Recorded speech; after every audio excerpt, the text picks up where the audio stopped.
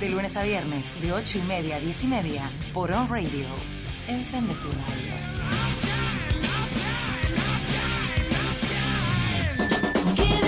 Mujer Indómita. Un espacio con perspectiva de género. Desde tu mirada a una mirada compartida. Con la conducción de Marcela Rosales. Los sábados de 20 a 21. Por On Radio. Encende tu radio.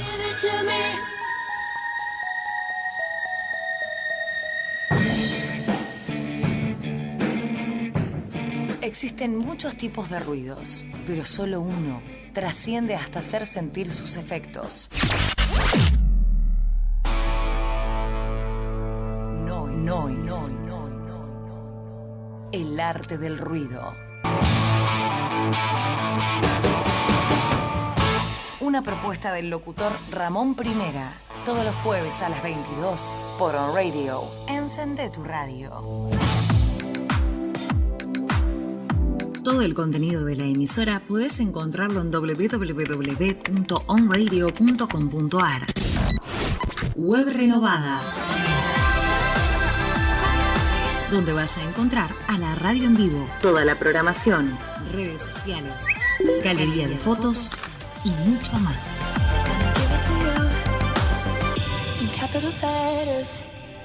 On Radio.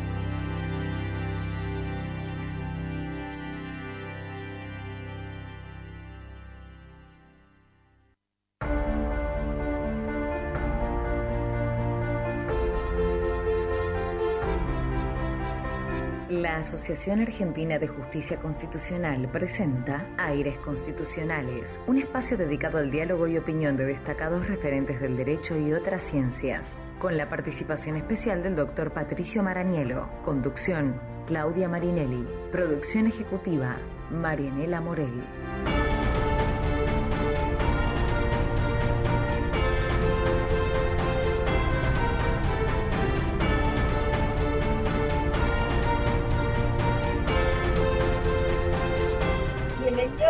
Aires Constitucionales On Radio, este ciclo 2021, un espacio de la Asociación Argentina de Justicia Constitucional que todos los viernes de 19 a 20 horas se da cita en esta querida radio On Radio.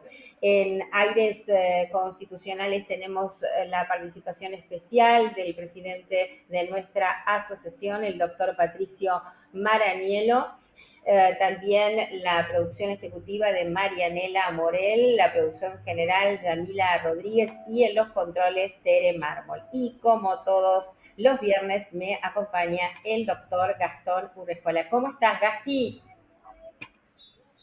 Hola, Clau, ¿cómo estás? Feliz año para vos, para todos y todas que están del otro lado, en esta nueva temporada 2021 de Aires Constitucionales.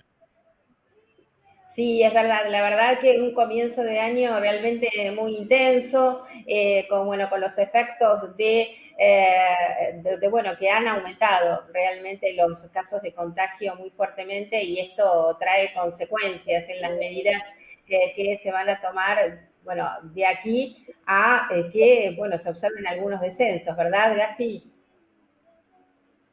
Sí, exactamente. La situación epidemiológica no solamente en Argentina, sino que en las principales ciudades del mundo vemos cómo empezó a variar, se va presentando cada vez más los contagios y bueno, nosotros no somos ajenos a lo que pasa.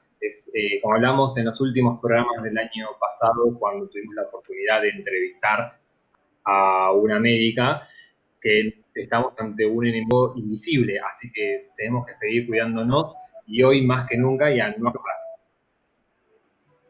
Exactamente. Realmente, un año duro que nos espera. Esperemos que realmente podamos retomar las actividades prontamente, pero obviamente todo depende de la conducta y la responsabilidad de cada uno de nosotros. Esto hay que remarcarlo. Es decir, esto es una pandemia, esto sigue y en la medida que no se tome conciencia de los peligros en lo que hace a no respetar el distanciamiento social preventivo y obligatorio, hay consecuencias y las consecuencias son graves, no solo a nivel personal, sanitario, sino también a nivel económico, y escuchaba, bueno, a muchas personas que tienen bares y que, bueno, que van a quedar afectados por estas medidas, realmente muy preocupadas con el virtual cierre de sus negocios, que han hecho tremendas inversiones para poder prevenir los contagios en estas circunstancias, pero bueno, realmente ha sido más temprano que tarde que estamos sufriendo las consecuencias de las fiestas clandestinas y todo este desorden que ha habido, y falta de responsabilidad, digo, respecto de esta cuestión del distanciamiento, ¿verdad, Gasti? Sí, totalmente, estoy completamente de acuerdo, por eso me parece que también aprovechando este espacio radial que tenemos y para todos y todas que están del otro lado, seamos conscientes, respetemos el distanciamiento social, sigamos estando, nos podemos juntar, pero al aire libre, porque por aquellos que no toman en serio el tema con la seriedad que merece, no solamente se toman medidas, sino también que perjudican a los comerciantes que no están preparados para volver a cerrar, porque estuvieron mucho tiempo cerrados, y que cierre un solo negocio implica que esos trabajadores y trabajadoras tengan ingresos, o que tengan el 50% del ingreso, y tal vez son padres y madres de familias, en lo cual va incluyendo un montón de cosas, que un negocio cierre 2 horas antes o 3 horas antes trae un montón de consecuencias ya a nivel social. Así que me parece que hay un llamado para todos, y que seamos conscientes realmente de que no es chiste lo que está pasando. Sí, sí, además que están pendientes el inicio de las clases, hay todo un mundo que comienza a funcionar en marzo, así que bueno, esperemos que se recapacite sobre esta cuestión, y que bueno, podamos ir avanzando bien en este periodo que todavía es largo, por lo menos hasta que haya los efectos de la vacuna, ¿no? Porque esto va a tardar un tiempo.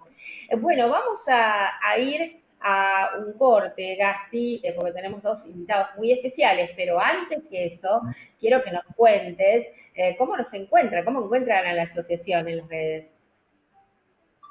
Perfecto. Te cuento, Clau, y les cuento a todos y a todas que nos pueden seguir en el canal de YouTube poniendo Asociación Argentina de Justicia Constitucional.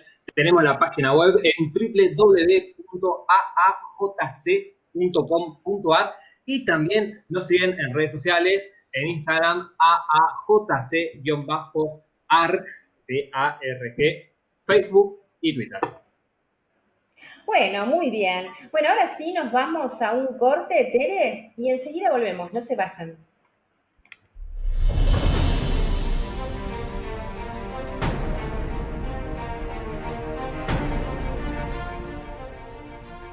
Enseguida volvemos con más Aires Constitucionales.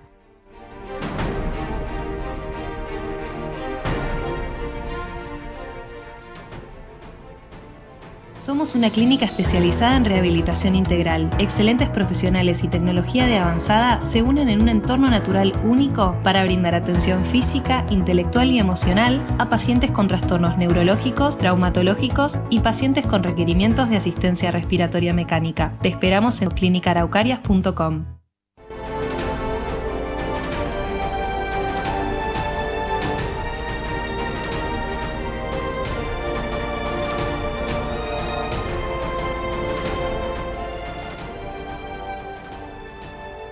Estás escuchando Aires Constitucionales.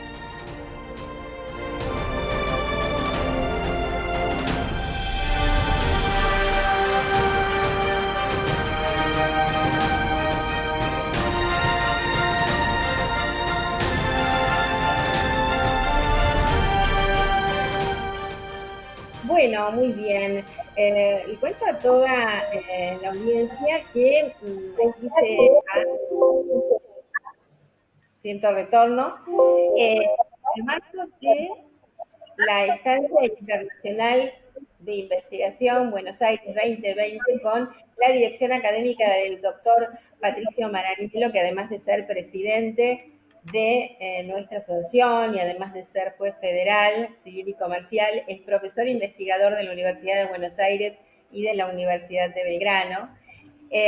Y bueno, hoy contamos con la participación de dos colegas que han participado de esta estancia internacional de investigación. Ellos son Luis, Adriana, bueno, se nos ha desconectado, me está informando Tere. Bueno, la voy a anunciar y cuando podemos nos conectamos con ella, Tere.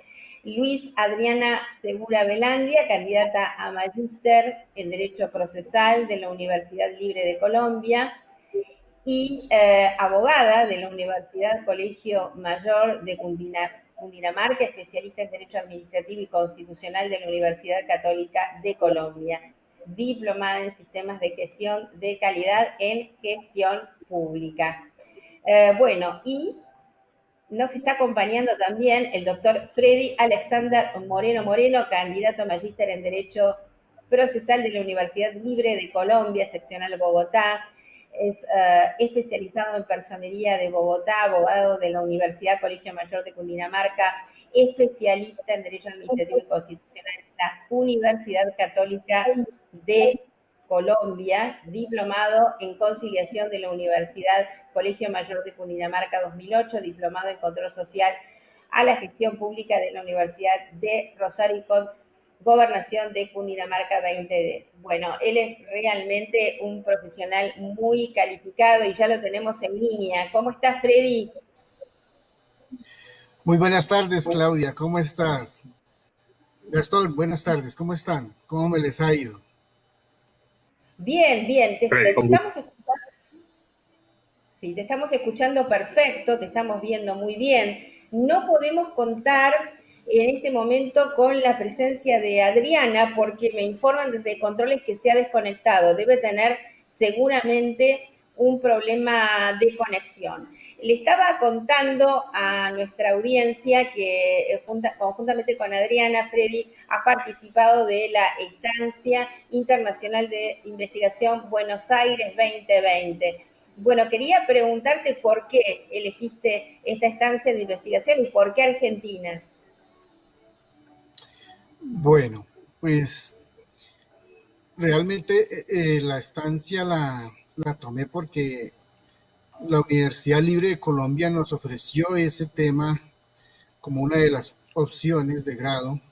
Aparte porque me interesa mucho relacionar con esta nación, con esta bella nación, respecto del derecho constitucional. Han tenido ya su desarrollo respecto a Latinoamérica en derecho constitucional y pues no estaba de más hacer esta estancia. Igualmente también porque yo tuve la fortuna de tener al doctor Patricio Marianello como profesor en la Universidad Libre y pues obviamente él nos incrustó esa espinita de pronto hacer esta estancia y mire que nos gustó. Infortunadamente pues no se pudo hacer presencialmente allá. Hicimos todo lo posible para poder viajar, incluso el día que estaba planeado el viaje no se logró porque surgieron medidas de carácter de ingreso allá en Argentina que no nos permitió el ingreso al país. Nos tocó fue devolvernos para la... Sin embargo, pues seguimos acá desde la virtualidad y muy entregados al tema del trabajo de estudio, al tema que estamos desarrollando para presentarlo como un capítulo para un libro que se va a publicar de la mano del doctor Marianello. Entonces, para él un saludo muy especial porque él es uno de los gestores junto con el doctor Andrés Velandia de la Universidad Libre, nuestro director de la maestría. Eso fue, así es. Bien, y antes de pasar a nuestro tema específico, Freddy, ¿cómo se está viviendo allí en Colombia esta pandemia? No, esto es terrible. Ahorita nuevamente entramos en encierro total a partir de ayer, a partir de anoche de la última hora. Se volvió a cerrar la ciudad y estamos totalmente confinados. Únicamente hay autorizadas algunas pocas personas para salir. De resto estamos otra vez confinados porque el nivel de ocupación de las urgencias, de las camas UCI, ha llegado a cifras alarmantes, está por arriba del 86% y aquí pues por orden del Ministerio de Salud lo que suba del 85 se tiene que declarar la alerta roja y así estamos y así varias ciudades, estamos casi a punto de que el país entre en encierro. ¿Cómo acompaña el gobierno económicamente a esta situación de emergencia?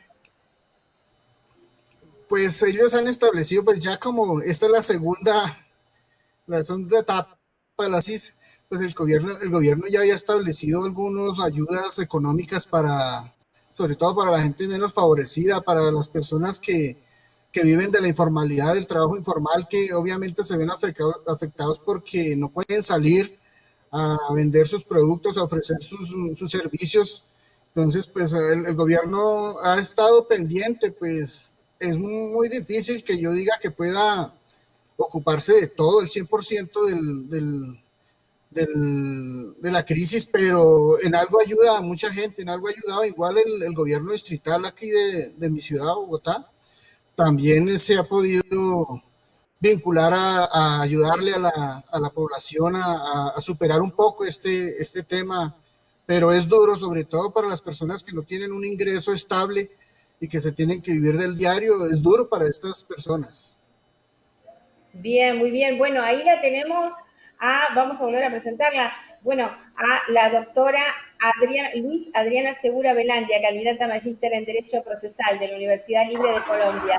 ¿Cómo estás, Adriana? Bienvenida. Buenas tardes, ¿cómo están? Muchísimas gracias por la invitación. Pues primero que todo, excusarme. Parece que tuvimos unos inconvenientes con los links, pero pues ya solucionado, gracias a producción. Pues muy amables, así como lo manifiesta mi compañero Freddy, pues decidimos hacer este tema de una estancia internacional bajo el precepto de mejorar nuestro aprendizaje, de conocer pues tan hermoso país que hubiese sido donde hubiéramos podido acudir a Buenos Aires. Sabemos que los tiempos han cambiado, que el tema de la pandemia nos ha afectado de manera global, pero pues ante todo hemos aprendido su cultura en nuestra maestría acá en Bogotá, Colombia, con docentes de la Universidad Libre, traídos directamente desde Buenos Aires. Han sido docentes que, digamos, nos sembraron como esa inquietud y esas ganas de que aprendamos no solo de nuestro sistema jurídico, sino de otros sistemas, y también con la participación del doctor Patricio Maranielo hemos aprendido mucho desde su óptica, desde su perspectiva como juez federal. Entonces ha sido un sistema muy interesante y muy enriquecedor para nuestra profesión. Bien, muy bien. Bueno, ¿Cómo les va? Les quería consultar, ya que ustedes estuvieron acá, por lo menos virtualmente, y conocieron algunos aspectos del sistema jurídico argentino. ¿Ustedes qué consideran que podría aplicar algún aspecto que hayan visto en el sistema jurídico en cualquier parte del sistema jurídico en Colombia? Bueno, voy a hablar yo. Pues, básicamente nosotros hemos tenido el contacto por nuestro trabajo de derecho constitucional y específicamente procesal constitucional, lo relacionado con la justicia constitucional en vuestro país. Yo tengo un buen concepto sobre todo de lo que se ha hecho en la región de Tucumán con su código procesal constitucional, que pues no se haya podido llamar como el hito del derecho procesal constitucional porque es una entidad jurídica de orden territorial y no de todo el país. Sin embargo, podemos decir que es el primer ordenamiento que entró en vigencia relacionado con el tema de la justicia procesal constitucional. Entonces, pues eso es uno de los temas que nos ha llamado la atención y por ende nos hemos acogido a estudiar el Código Procesal Constitucional de Tucumán y su constitución, y por arriba pues la constitución del país en general.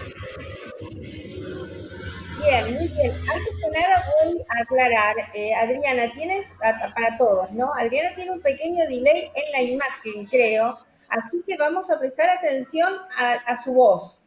No nos guiemos por la imagen, porque cuando hablaba quedaba la imagen como adelantada Congelada. exactamente, no te siga la voz, así que dejemos la imagen aparte. Bueno, en materia de análisis tanto de Adriana como de un caso vinculado a la la actuación de la Comisión Interamericana de Derechos Humanos, que sometió a la jurisdicción de la Corte el caso Gustavo Petro Urrego. Es una controversia que versó sobre violaciones de derechos humanos cometidos en el marco del proceso disciplinario que culminó con la destitución e inhabilitación de Gustavo Petro Urrego, que era alcalde mayor de Bogotá. Así que voy a pasar a una pregunta, que en primer lugar a Freddy, que te haría, que es la siguiente. Según la norma disciplinaria colombiana, ¿quiénes son sujetos de investigación disciplinaria? Sí, claro, Claudia. Al respecto, yo te puedo contar que de acuerdo a la ley 734, que es el Código Único Disciplinario actual vigente en nuestro país, porque hay otro que ya viene a futuro, pero cobra vigencia posterior. En este momento, nuestra ley 734 nos habla en su artículo segundo de que quiénes son estos sujetos. Dice, son los servidores públicos, así en términos generales. No especifica más. El artículo 34 y el artículo 35 de la misma ley dice que tenemos que cumplir unos deberes y respetar unas provisiones. ¿Y quiénes son? Los servidores públicos. Para ello nos remitimos a la Constitución, nuestra Constitución Política 1991, que en su artículo 123 establece quiénes son los servidores públicos. Entonces él dice en su artículo que son todos aquellos miembros de las corporaciones públicas, o sea, estamos hablando de los miembros del Congreso, las asambleas departamentales, los consejos municipales y distritales. También dice que son los servidores públicos, los empleados del Estado, obviamente, los del nivel nacional, central, y los del nivel descentralizado. Como bien sabemos, nosotros somos una república unitaria, no somos federalistas, somos centralistas, entonces todo está centralizado en el gobierno por la rama ejecutiva, la rama legislativa y la rama judicial, con operación en todo el sector, y pues cada cosa tiene su descentralización de acuerdo a sus funciones. Entonces, en ese orden de ideas, todos los funcionarios del nivel central y descentralizados territorialmente o por servicios, ellos son funcionarios públicos. Y hay otros que se llaman los trabajadores oficiales, pues que son también funcionarios que están vinculados a la nación, pero mediante la modalidad de un contrato de trabajo y no de un acto administrativo como son los demás. Aquí dice también que hay algunos funcionarios, algunos particulares, que también pueden ejercer funciones públicas y también podrían ser sujetos de derecho disciplinario. En sus particulares, por ejemplo, los que rigen las EPS porque prestan servicio público, un servicio público esencial, los notarios, los curadores en las cámaras de comercio. Incluso el artículo 53 de la ley 734 también vincula como particulares en función pública a aquellos que realizan la interventoría en los contratos estatales. En su momento y mientras están desarrollando esa actividad también son funcionarios públicos, aunque son particulares. El artículo 172 de la misma ley, cuando habla de la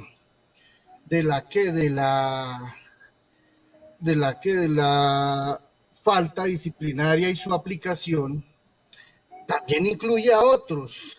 ¿Cuáles son estos? Pues ese es el problema que hay. Todos los funcionarios de elección popular. ¿Quiénes son estos? Pues todos los que hemos elegido mediante el voto popular. Esas son como las bases de lo que se entiende como funcionarios públicos, y por ende a esos son a los que se les aplica la norma del derecho disciplinario. Gasti, la siguiente pregunta. Dale, perfecto. Adriana, me gustaría conversar un poquito este tema con vos. ¿El derecho disciplinario colombiano te ha afectado en su poder coercitivo y sancionatorio en el caso de la Corte, en el caso de Petro contra Colombia? ¿Cuál es el derecho en cuestión ahí disciplinado? Sí, doctor. Efectivamente, el derecho disciplinario se ve mermado, se ve disminuido ante el fallo que ha planteado la Corte Interamericana. ¿Por qué? Porque si partimos de la base de lo que nos ha comentado ahorita el compañero Freddy Moreno, de que todas las personas que están al servicio del Estado, entendidos desde un nombramiento, llámese en carrera administrativa, provisional, hayan sido elegidos por voto popular o no, están sometidos a esta norma disciplinaria. ¿Qué sucede? Que frente al caso, el fallo de la Corte Interamericana ha planteado unas falencias que encontró entre la norma interna y la norma internacional. La norma que obviamente que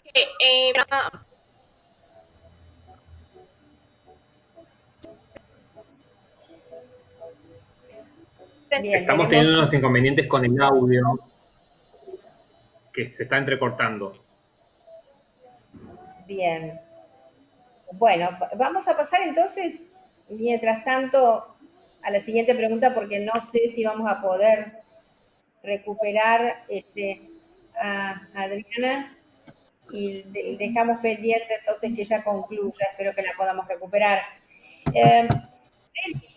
¿Cuál es la afectación de los derechos convencionales que fueron amparados por la Corte Interamericana de Derechos Humanos en el caso Petro Urrego versus Colombia? Bueno, mira, Claudia, para contextualizarnos un poco en el tema, pues ya usted inicialmente lo dijo, ¿quién era Gustavo Petro? Gustavo Petro fue el alcalde mayor de Bogotá en el periodo comprendido entre el 2002 y 2004 años, 1 de enero de 2012, 31 de diciembre de 2015.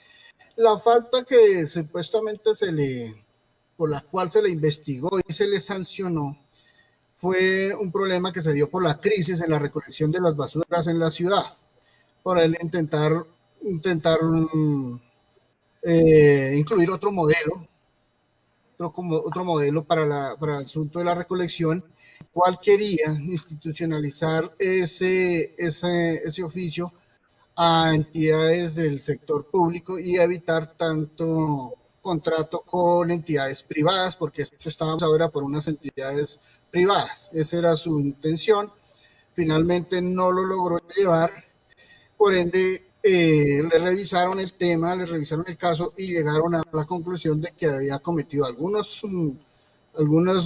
faltas con relación a la contratación que había generado al respecto.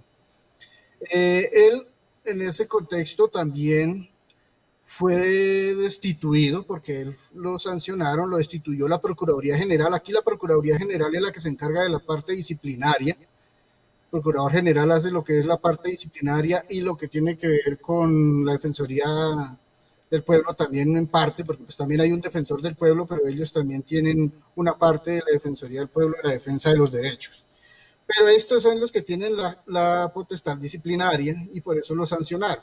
Él fue destituido y el que lo tiene que destituir de acuerdo a la norma es el presidente de la República, que tiene que sacar el decreto. Pues obviamente a él lo destituyeron, salió el decreto el 20 de marzo de 2014, pero se generaron una serie de tutelas y de varias acciones en torno al tema, que finalmente una resultó dándole la razón al alcalde Petro, destituido, ordenando que se le volviera a restituir el cargo, porque se tenía que esperar la orden que diera la Corte Interamericana de Derechos Humanos relacionada con una medida cautelar que se había ordenado, la de suspensión de la sanción. Entonces, por ende, el presidente nuevamente tuvo que sacar un decreto ya para el 21 de abril, en el cual ya ordenó la restitución al cargo. Entonces, él alcanzó a durar casi un mes, más de un mes, creo que fue, no, un mes. Duró fuera del cargo gracias a la destitución dada por el procurador. Ya entrándonos al caso, finalmente ya lo que respecta a la pregunta, ¿cuáles fueron los derechos convencionales que se afectaron o que se analizaron? La Corte Interamericana verificó 3 situaciones. La primera fue la presunta violación de derechos políticos al solicitante, al señor Petro. El segundo caso fue la presunta violación de garantías judiciales y la protección judicial que debe tener para poder ejercer todas sus actuaciones y sus cuestiones judiciales y administrativas. Y una tercera, una presunta violación del derecho a la integridad personal, que esas todas 3 fueron pedidas por este señor. Frente al primero, recogen lo que dice el artículo 23 de la Convención Interamericana, la Convención nuestra, pues que nos rige, en lo que habla de que todos los ciudadanos deben de gozar unas oportunidades, en específico en lo que tiene que ver con si es investigado y sancionado, debe ser con base en la condena por juez competente en proceso penal. Dice la norma, me va a permitir leerla para que tengamos claridad, dice: la ley puede reglamentar el ejercicio de los derechos y oportunidades a que se refiere el inciso anterior. Estamos hablando de los derechos políticos, ¿sí? Que está la de votar, de participar en elección y elegir y ser elegido y tener acceso a los cargos de elección. Entonces ahí dice que cuando se habla del inciso anterior, exclusivamente por razones de edad, nacionalidad, residencia, idioma, instrucción, capacidad civil o mental, o condena por juez competente en razón a proceso penal. Entonces aquí estaban ordenando ya la reglamentación de ese tema. Los derechos civiles, los derechos políticos, solamente pueden ser conculcados o pueden ser retirados o pueden ser puestos en tela de juicio bajo una condena por juez penal.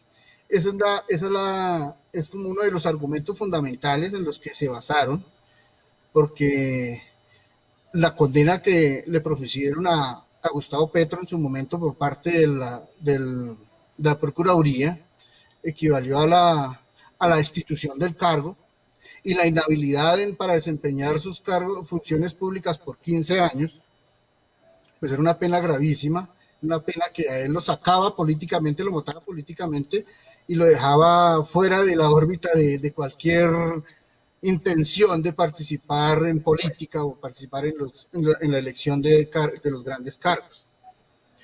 Entonces, por ende, eso se analizó porque pues la convención habla de que para que se revisen estos temas se tiene que, si se va a sancionar a alguien, tiene que ser por juez competente en proceso penal.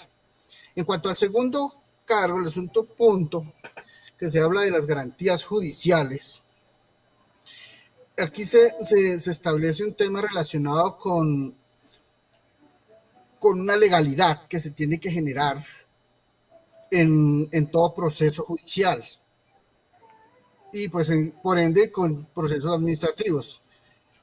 Es que todo proceso, toda persona que sea procesada judicialmente o administrativamente debe como mínimo contar con la legalidad de que cuando a usted un tribunal lo acuse de algo o una autoridad lo acuse de usted de algo, lo investigue y lo acuse, sea esta parte de una autoridad que lo juzgue. O sea, estamos hablando de que tiene que haber esos al estilo del proceso penal acusatorio, donde hay una autoridad que investiga, que acusa, y otra autoridad competente, que es el juez, quien juzga y sanciona o absuelve dependiendo de la situación. La misma medida se propone en este artículo 8º de la Convención, que es donde se habla de ese tema. Entonces, en cuanto al principio de legalidad que se declaró violado por el Estado colombiano, porque así lo declararon, consiste en ajustar el proceso disciplinario para garantizar una separación del ente acusador con relación al ente juzgador. Entonces, este es como el segundo tema que se analizó. Y un tercer tema que está relacionado con el artículo 5º de la Convención está relacionado con el derecho a la integridad personal. El señor Petro, pues obviamente dentro de sus argumentos expresó que se sintió vulnerado dentro de sus derechos porque este fallo que le profirió la Procuraduría General, aparte de ser un fallo fuera de lo convencional, está por fuera de lo que establece la Convención Americana, se tornó, fue como una persecución política, que lo que quería era sacarlo a él del ruedo de la política, y pues finalmente él sentía que se estaba discriminando por ser él de la oposición al gobierno que en el momento se encontraba ejerciendo las funciones en la parte ejecutiva de nuestro país. Entonces, este derecho, pues obviamente lo revisaron. Finalmente no le hallaron razón, sí no le hallaron razón, y por ende no condenaron a la nación. Sin embargo, pues hubo controversia entre los jueces de la Corte Interamericana, y finalmente dos de ellos, Patricio Pasmino Freire y Eugenio Zaffaroni, ellos salvaron su voto al respecto, indicando las razones por las cuales se apartaban de la decisión de no decidir nada al respecto. Sin embargo, pues ellos lo analizaron, pero no se condenó a la nación. ¿Cuál era el incumplimiento? Uno de los incumplimientos que la Corte encontró, dice que Colombia incumplió con un importante orden que está establecido en el artículo 2, y es que debe ajustar todas sus normas a lo que establece la Convención en lo que tiene que ver con la garantía de los derechos y libertades de las personas. Entonces, cuando el país se acogió a la Convención Americana, inmediatamente tenía que haber empezado a adoptar todos los reglamentos y estatutos que tuviera que realizar para ajustarlos a este tema. Entonces, por ende, dice que se violó el artículo 2 en la medida en que no se ajustaron las normas del proceso disciplinario a lo que establecía el código, a lo que establecía la convención. Freddy, perdona que te interrumpa, es muy interesante el tema y queremos ir avanzando porque, digamos, todo lo que es el régimen disciplinario y sobre todo en materia de los funcionarios es una materia apasionante, y justamente avanzando un poquito más en el análisis del fallo, Adriana, te quería preguntar, a partir de justamente este precedente en materia de derechos humanos y de la Comisión, ¿consideras que necesita ya una reforma el ordenamiento jurídico colombiano? Puntualmente la Constitución colombiana.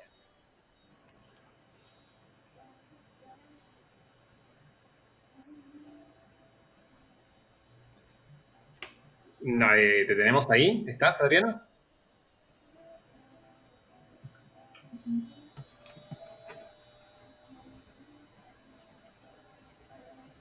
¿El resto me escucha?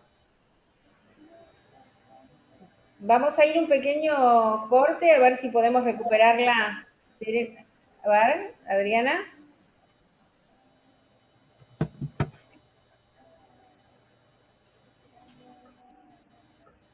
La tenemos en imagen, esto es lo que quiero complicar la tele. No la tenemos en audio. No sé si, ¿cómo? No la tenemos en audio. No. Bueno. ¿Me parece que luego seguimos con Freddy con otra? O con otra pregunta porque estamos escasos de tiempo, ¿no? Nos vamos a quedar sin tiempo. Freddy, digamos, ¿Cómo es el trámite del proceso disciplinario en Colombia hoy? Bueno, Claudia, pues al respecto, pues voy a ser un poco somero porque pues eso como todo proceso tiene sus vericuetos, pero sí, finalmente pues el proceso disciplinario, de acuerdo a la ley 734, es básico, es como una investigación en lo penal. Se inicia con una indagación preliminar. Esta indagación preliminar no todas las veces se puede iniciar porque si ya se tiene conocimiento de quién es si se tiene conocimiento de quién es el posible Adriana, infractor o se tiene ya conocimiento de Debe hacerse de una la conducta. de manera puntual, revisarse para que el Estado colombiano haga el cumplimiento y garantías a los derechos humanos. Si bien es cierto, los derechos son reconocidos en la política. Ninguna interferencia. estamos con muchísimo delay. Adriana, ¿me estás escuchando? Está muy, Bueno, muy, muy retrasada. está con muchísimo delay. Tere, te pido por favor que le avises a Adriana que estamos con Freddy en este momento conversando y luego vamos a recuperarla. Ahí vamos. Seguimos, Freddy, por favor. Listo, sí, sí, sí. Bueno, entonces continuando. Decía que la indagación preliminar es únicamente en los eventos en que no se tenga conocimiento de un posible autor o de la posible. Lo contrario, si hay algo de esas dos, ya se puede iniciar una investigación disciplinaria. Esa investigación disciplinaria tiene una duración máxima de 1 año, dependiendo de los asuntos. Hay otros de 1 año y medio, que eso ya está determinado en el código. En dicha investigación ya se puede iniciar la práctica de pruebas, se puede escuchar al investigado en versión libre si lo desea. Esos son derechos que ellos tienen. Finalmente, esto se cierra esa etapa de la investigación y se hace una evaluación previa para determinar si se archiva el expediente o si por el contrario se formulan cargos. Digamos que en el caso de que se lleguen a formular cargos, inmediatamente entonces se le notifica al investigado y este tiene que a su vez, si lo desea, presentar descargos y solicitar pruebas, porque aquí también se puede volver a solicitar pruebas. Y ya finalmente entonces da un término para hacer los alegatos de conclusión y se termina con el fallo. Por lo general este fallo pues dictado se dicta por escrito y tiene un recurso de apelación de 3 días para que el que se sienta afectado lo pueda ejercer. Esto ya tiene una segunda instancia que es más breve la situación, simplemente pasa a segunda instancia, se revisa el caso y ya se profiere la decisión final si se acoge a la primera instancia o si se aparte de la primera instancia y se toma alguna otra determinación. Este es un proceso ordinario, este es el proceso ordinario normal, común y corriente que se establece en la ley, pero también hay otro proceso verbal, un procedimiento verbal que se estableció allí para eventos especiales. Esto es para casos ya como para donde hay personas que son encontrados en flagrancia cometiendo la falta disciplinaria o son para personas que hayan confesado la falta disciplinaria. También se le puede a aquellas faltas leves, pequeñas, que no son de gran significado para adelantar una investigación profunda, entonces también se puede iniciar para eso. Igualmente también en alguna otra reforma se indicó que esto era también para cuando hay unas faltas gravísimas específicas, porque son unas faltas gravísimas especificadas en un artículo en relación a que son faltas gravísimas relacionadas con asuntos de dinero del Estado. En este procedimiento es sencillo porque también se puede iniciar con una indagación preliminar si lo requiere. Y una vez se tenga la indagación, pues de una vez se tiene que verificar si el proceso se archiva de una vez o si se tiene que abrir investigación. En caso de que se tenga que abrir investigación, entonces se profiere un auto y una vez de apertura del proceso verbal, se abre el proceso verbal y de una vez dentro de este mismo auto se formulan cargos y se cita a la persona para que vaya a audiencia. Este proceso se lleva todo en audiencia, este es todo verbal, todo se tiene que llevar en audiencia, se tiene que agotar todas las etapas alternativas de derechos que tenga el disciplinado, entonces eso todo es verbal, eso se puede en una sola audiencia, que se puede suspender, sí, para llevarse a cabo en otro día, es así, pero todo es verbal, los testimonios se toman ahí, si se piden peritajes se tienen que solicitar y pues cuando llegue el perito se le se le toma su juramento y se le dice que hable al respecto. Él también tiene que estar presente en la audiencia, eso no es por escrito. Sin embargo, él presenta su escrito de su peritaje, pero todo eso es verbal, se tiene que agotar ahí en la misma audiencia y se tiene que hacer ante el acusado, el investigado y su abogado, o como mínimo uno de los dos tiene que estar ahí, salvo que el investigado diga que hasta que no esté el abogado no puede ser, entonces ahí se suspende. Esa es como la forma de los procesos disciplinarios. Este igual también se va a segunda instancia, la apelación se surte ahí en la misma.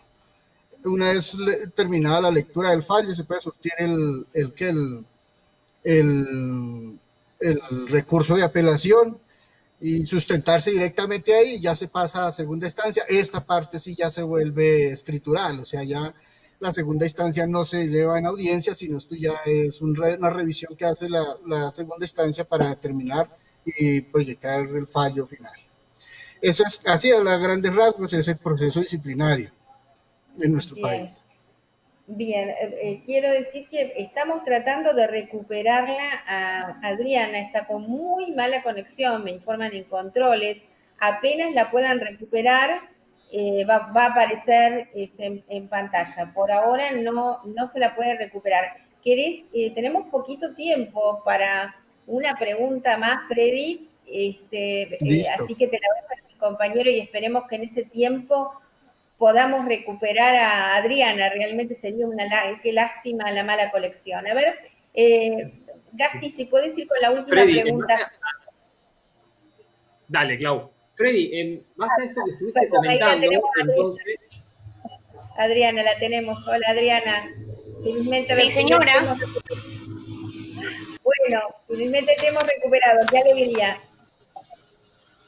Bueno, muy bien. Hacemos que concluya Adriana, le repetís vamos a alterar un poco el orden. Adriana, perdón, Gasti.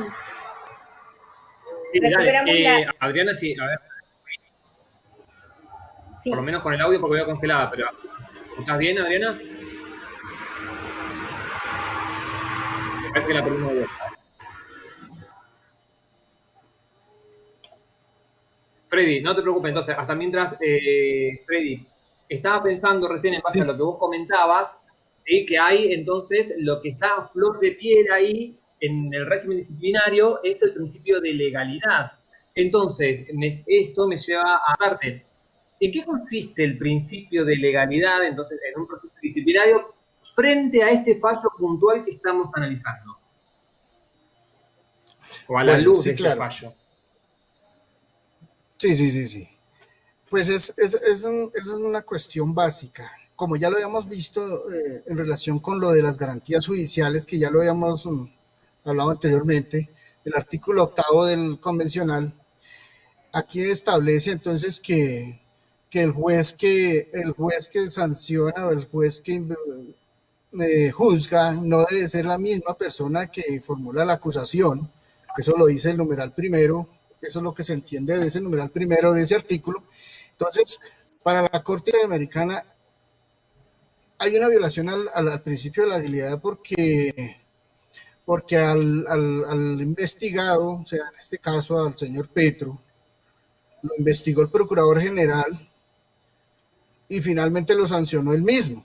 O sea, es una sola autoridad quien profirió la sanción y llevó todo el proceso desde el comienzo a final. Entonces dice que no hay como una división en el poder, no hay como una separación, como una segunda vista a la situación, sino que ya quien venía con la investigación ya viene con un hecho en la cabeza, viene con un caso que ya se armó en la cabeza y se armó en el expediente, y pues asimismo ya es más difícil que mire otras aristas del proceso en las que de pronto pueda encontrar situaciones adversas a lo que está pensando inicialmente y pueda llegar a una conclusión distinta. Entonces, eso es en lo que básicamente la Corte ha llamado, porque se está como vulnerando esa autonomía del que juzga, aparte del que investiga. O sea, no hay una autonomía del juez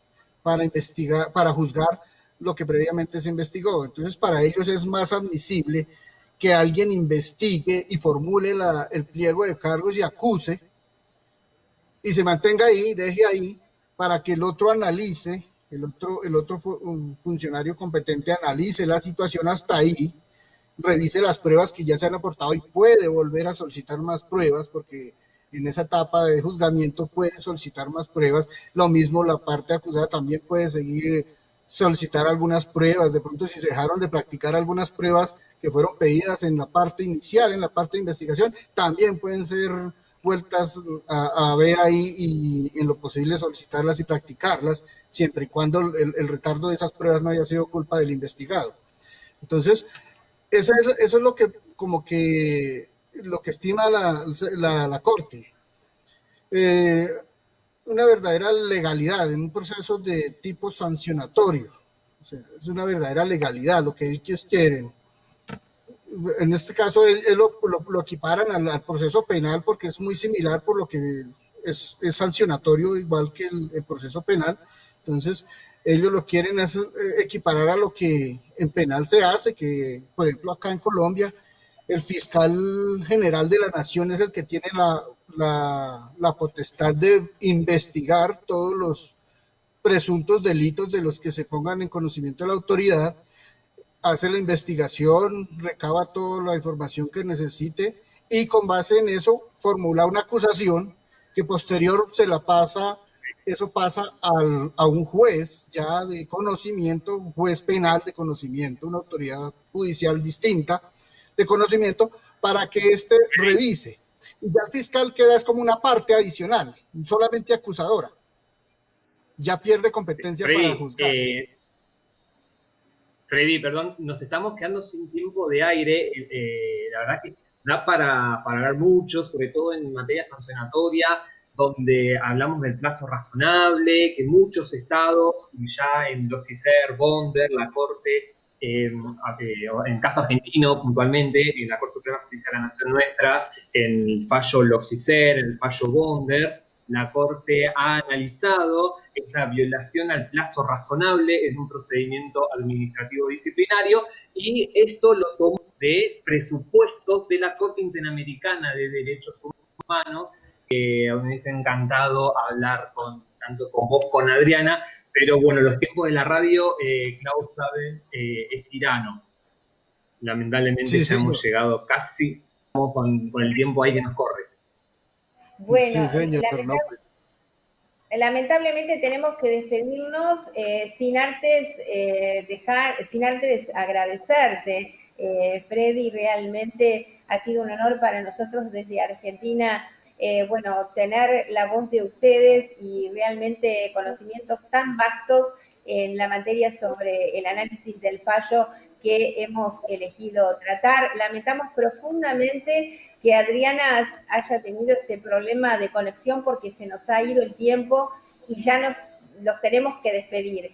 Pero desde Argentina un abrazo muy grande y espero que nos podamos encontrar presencialmente en breve y que puedan completar esta visita a Buenos Aires. Sí, muchas gracias, Claudia, muy amable. Gastón, ustedes son muy gentiles. De verdad que el tiempo se pasa volando y yo no quisiera hablar más, pero sí, yo sé que esto es contra el reloj. De todas maneras, de parte de mi compañera Adriana, pues lamentamos no haberle podido escuchar en su apreciación. Ella tenía muy buenos conceptos que disponernos, pero pues finalmente esto de la conectividad con lo de la pandemia nos tiene un poco corrido, nos toca adaptarnos a lo que hay. De todas maneras, muchas gracias, ustedes son muy gentiles y créame que en algún momento cuando esto cambie podemos estar allá y pues no se sabe, ir y hablar un poco, aunque sea de manera jueves. Bueno, hasta que nos encontremos aquí en Argentina, Freddy, que nos demos un abrazo real. Ahora es virtual. Sí, gracias, Claudia, muy amable. Gracias, muy Gastón. Bien. Un saludo, Freddy, a seguirse cuidando. Muy bien, nos despedimos del doctor Freddy Moreno y también de la doctora Adriana Segura Velandia. Y bueno, la verdad que muy interesante todos los conceptos vertidos por ambos doctores, por la doctora y el doctor. Lamentablemente muy interrumpido el tema con Adriana, ¿no? Pero afortunadamente con Freddy pudimos sostener el diálogo.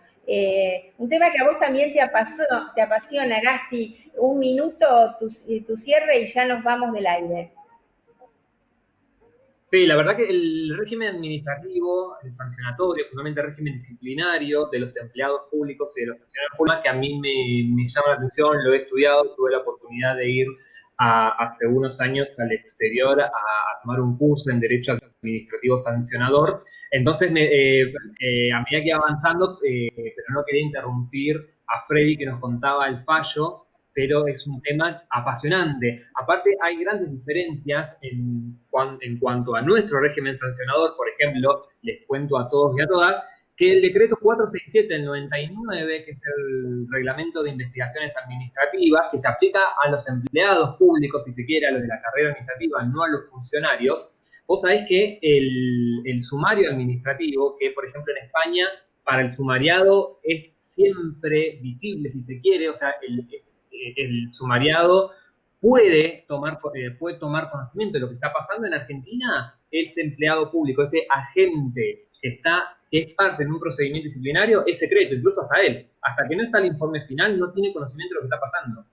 ¿Sí? Entonces, vos fíjate las grandes diferencias que hay entre el régimen disciplinario en otros países y el nuestro. Es un hermoso debate, y ni hablar de las leyes penales o los tipos penales abiertos, que ahí los que somos administrativistas empezamos a pseudo discutir con los penalistas, porque un penalista te va a decir, mirá, si la sanción no está tipificada, entonces ese agente o esa agente no puede ser castigada, no puede ser sancionada. Yo, administrativista, te digo, no, puede haber tipos penales abiertos, ¿sí? Porque, por ejemplo, hay una falta, un empleado público te esconde un expediente, ¿sí? Y que no está tipificado expresamente en la norma, esconder el expediente va a ser fácil de sanción. Sin embargo, si un empleado público esconde un expediente alevosamente con maldad, sí es pasible de una sanción. Bueno, así un montón de cosas. Con los tipos penales abiertos. Bueno, muy bien, Gasti, ya tendremos el tiempo para seguir hablando sobre este tema. Antes de despedirnos, contarles a nuestra audiencia dónde nos encuentran. Como no, nos encontrás en YouTube, Asociación Argentina de Justicia Constitucional, página web www.aajc.com.ar y en Instagram, aajc-arc. Muy bien, ha sido un gusto estar con todos ustedes. Gracias, Gasti, gracias, Tere, ahí en Controles. Nos volvemos a encontrar aquí, On Radio, el próximo viernes, en Aires Constitucionales, este espacio de la Asociación Argentina de Justicia Constitucional.